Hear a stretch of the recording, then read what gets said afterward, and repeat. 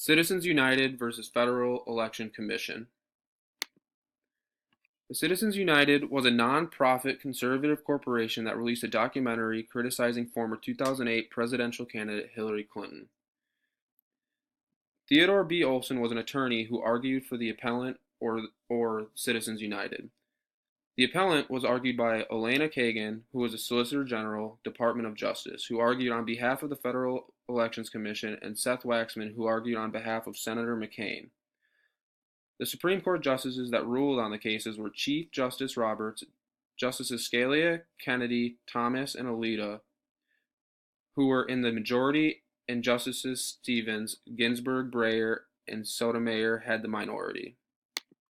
The Citizens United versus Federal Election Commission took place on November 14, 2008, and ended January 21, 2010. The trial took place at the Citizens United headquarters in Washington, D.C.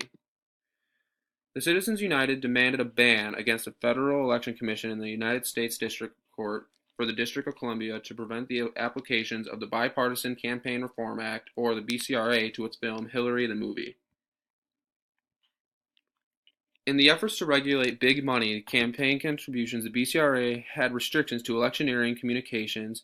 It states on the website that Section 203 of the BCRA prevents corporations or labor unions from funding these communications from their general treasuries, and also in Sections 201 and 311 require a disclosure of donors to any communications as well as a disclaimer when the communications are not authorized.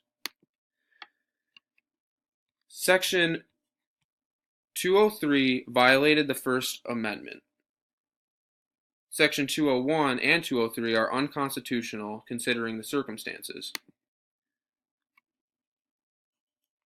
The closing case says, with the advent of the Internet, prompt disclosure of expenditures can provide shareholders and citizens with the information needed to hold corporations and elected officials accountable for their positions and supporters. Permits citizens and shareholders to react to the speech of corporate entities in a proper way. You mentioned the Supreme Court, and the term started today with the campaign finance case that sort of picks up where Citizens United left off. It's called Citizens United devastating to the public interest, so I wonder if you could weigh in on this latest case. Well, the latest case would go even further than Citizens United. Essentially, it would say anything goes. There are no rules in terms of how to finance campaigns. There aren't a lot of functioning democracies around the world that work this way, where you can basically have millionaires and billionaires bankrolling whoever they want, however they want, in some cases undisclosed. And what it means is ordinary Americans are shut out of the process. And Democrats aren't entirely innocent of this in the past. And, you know, I had to raise a lot of money for my campaign.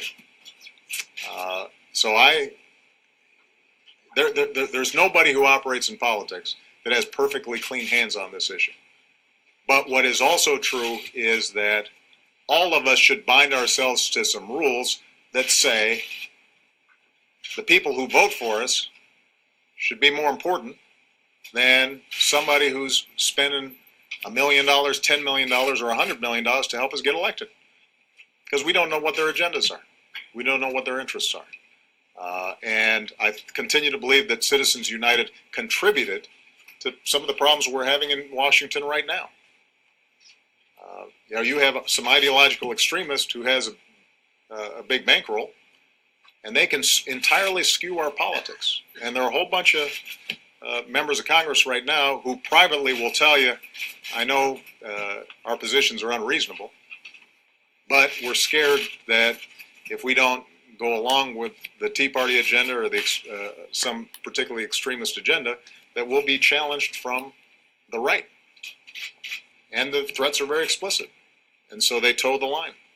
And that's part of why we've seen a breakdown of just normal, routine business done here in Washington on behalf of the American people.